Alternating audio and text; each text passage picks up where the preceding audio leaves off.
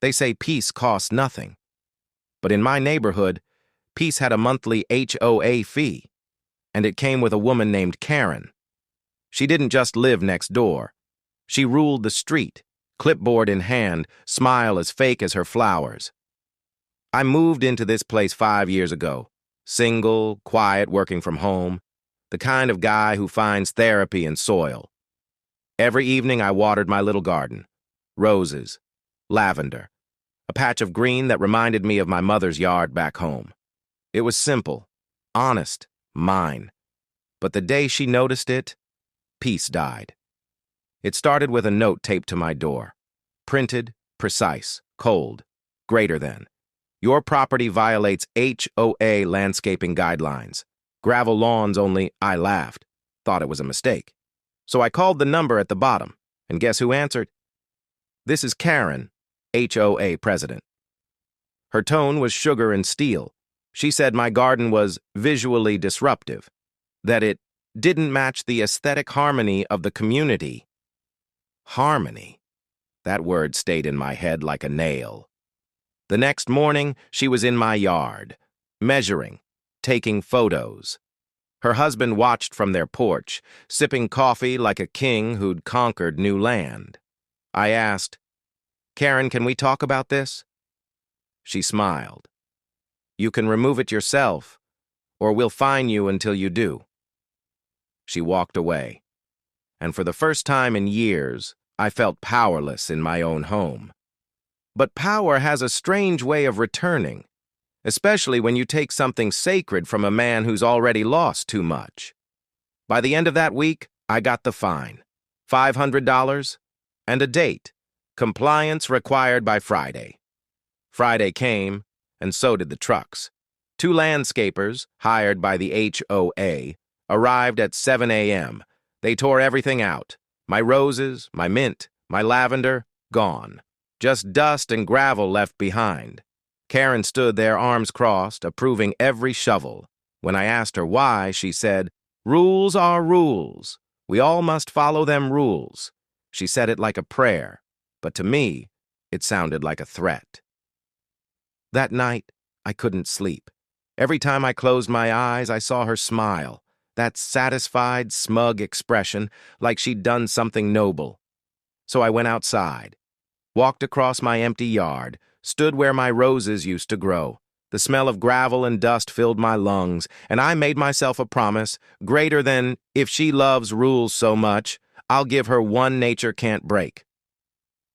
That was the night the revenge began. Quiet, careful, patient. Because revenge, like a garden, grows best when you water it slowly. The next few days, I started watching. Every morning, Karen came out with her coffee mug, admired her perfect blue swimming pool, waved at the mailman, and smiled at everyone like she owned the world. I learned her schedule. When she left, when her husband mowed the lawn, when her pool filters ran, when the sprinklers turned on. Not because I was obsessed, because I was preparing. It's strange how easily people show you their weaknesses when they think they're untouchable. Karen's was pride. She flaunted her perfect home like a trophy, so that's where I'd hit her, right in the reflection of her own perfection. That weekend I went to the hardware store, bought a few things, nothing suspicious. Fertilizer, some compost, a few garden tools. The clerk asked if I was replanting. I smiled and said, something like that. When I came back, I stood at my window staring at Karen's pool under the moonlight. The water was calm, blue, clean. By next week, it wouldn't be. Because if she wanted uniformity, I'd show her what real, natural harmony looks like. In green, thick, rotting, and impossible to erase. They say revenge is like poison, but for me, it felt like fertilizer. Every drop of anger I buried that week started to grow roots, and soon it would bloom right in Karen's backyard. The next few mornings, I kept my routine the same. Work, coffee, silence. I wanted her to believe I'd given up. Karen loves that. Submission. The quiet neighbor she fixed. The example she can brag about at HOA meetings. She even waved at me one morning, cheerful as ever. "See? Gravel isn't so bad," she said. I smiled back, and behind that smile, I already saw her pool turning green. I had to be careful. HOA neighborhoods are crawling with cameras, gossip, and fences that don't hide much. So I started small. A test. That night, I filled a bucket with leftover compost, the stuff that smells like earth and thyme. Mixed it with a blend of organic fertilizer, the kind that feeds algae like candy. Then I waited until 2 a.m. Silence. No porch lights. Only crickets and the low hum of sprinklers. I walked through the side gate, the one that never closed properly. Karen's pool shimmered under the motion light, blue and spotless. I poured a single cup of the mixture near the drain, just to see what it would do. Then I left. By morning, nothing had changed, but nature doesn't rush. It never does. 2 days later, I noticed it. A thin film floating on the surface, barely visible, but there. By day 4, the smell started, just faint, under the chlorine. Karen noticed too. I saw her kneeling by the pool, frowning, skimming the surface again and again. Her husband blamed the filter. I smiled, because the filter was the problem, and I knew exactly how it worked. Weeks before all this, I'd been the helpful neighbor. When Karen's husband complained about their old filter, I'd been the one to help him replace it. I knew every pipe, every hose, every vulnerable joint. So that weekend, I finished what I started. At 1 a.m., I returned, gloves on, hood up, silence my only witness. I poured the rest of the mixture into the filter chamber. A potent blend of nitrogen, compost tea, and a secret ingredient, pond culture. Harmless to humans, devastating to clear water. The next morning, I acted normal. Coffee, work, smile. At 9:12 a.m., I heard it. Karen's scream. I walked outside like I didn't know what was happening. She was standing at her poolside, horrified. The water had turned cloudy green overnight. Leaves floated like confetti on a swamp. "Do you see this?" she shouted at me, as if I could control the laws of biology. I nodded. "Maybe nature's fighting back," I said. She didn't get it. Not yet. But here's the thing about revenge. It doesn't fix the past. It just mirrors it back, uglier, louder, and impossible to ignore. Over the next few days, the smell worsened. The HOA called a pool service. They drained it, scrubbed it, refilled it. But the water turned green again within a week. That's when Karen stopped smiling, stopped waving, stopped pretending she was untouchable. She sent out an HOA newsletter, blaming the neighborhood environment for her pool problem. She demanded everyone keep their lawns clean, their flowers trimmed, their organic materials contained. I laughed when I read that line. She didn't even realize she was describing me. That weekend, she came to my door. No smile this time, just frustration hiding behind authority. "I don't know what's happening to my pool," she said. "But it's not funny. If you know something—" I cut her off. "I know that sometimes the earth fights back."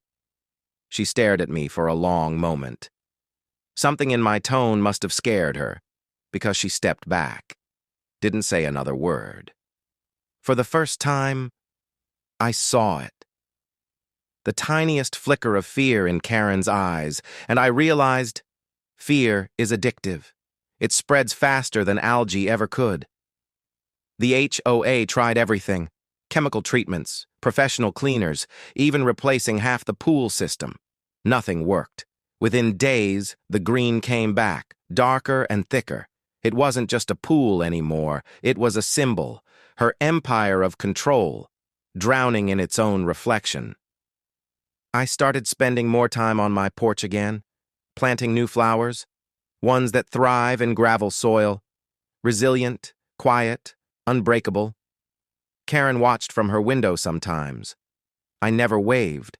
I didn't need to, because she knew. Maybe she couldn't prove it, but she knew.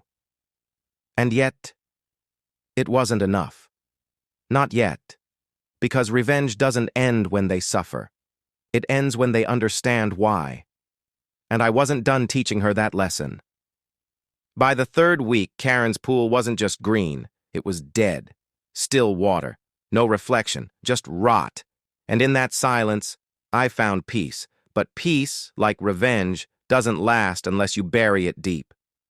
Every day, I watched her world unravel. HOA meetings turned into arguments. Members blamed her for not maintaining standards. The same rule book she'd used to control everyone else was now her noose. I'd see her late at night, flashlight in hand, staring into the water like she was trying to see what went wrong. She didn't realize she was looking at it, herself. A part of me wanted to stop, to move on, but there's something about power. Once you taste it, it dulls everything else. It wasn't about the garden anymore. It was about justice. So I decided to finish it. That week, HOA flyers appeared on every doorstep. Printed by me. No name, no source, just a simple message. Greater than, even beauty dies under control. Let nature breathe. And below it, a picture of Karen's pool. Rotten, green, lifeless. By morning, half the neighborhood had seen it. By noon, she was knocking on my door again. Her voice trembled this time. "You did this," she whispered. Her hair was messy, eyes red. The woman who once smiled behind rules now hid behind fear. I didn't deny it. Didn't admit it either. I just said, "You wanted uniformity. Now everything looks the same. Even your pool." Her mouth opened, but no words came out. She turned, walked away. That was the last time Karen ever spoke to me. But revenge doesn't just destroy the guilty. It eats at you too, quietly, like roots spreading under stone. Weeks passed. The HOA voted to remove her as president. Someone new took over, a younger guy, quiet, respectful. The first thing he did, he allowed gardens again. Just like that, the rule that started it all was gone. I rebuilt my garden. Not as it was, but better, wilder, free. Each flower felt like a heartbeat coming back. The first rain hit the petals and the smell of wet soil filled the air. For the first time in months, I smiled without bitterness. A few days later, a moving truck stopped in front of Karen's house. She was leaving. I watched from my porch as she loaded boxes, never looking my way. But when she got into her car, she paused. Our eyes met, and in that single look, I saw something real. Not anger, not fear, just understanding. She finally knew what it felt like to lose something that mattered. And that's the strange truth about revenge. It's not about making them suffer, it's about making them feel. When her car disappeared down the road, I looked at her old pool one last time. The water was gone now, just a hollow concrete shell, still green in places, stained with memory. I took a deep breath, then went back to my garden, because that's where everything began and where it ended. You can rebuild what they take from you. You can forgive what they break. But never forget the lesson. Some people only understand nature when it finally turns on them. Fade out, soft music, slow zoom on blooming flowers,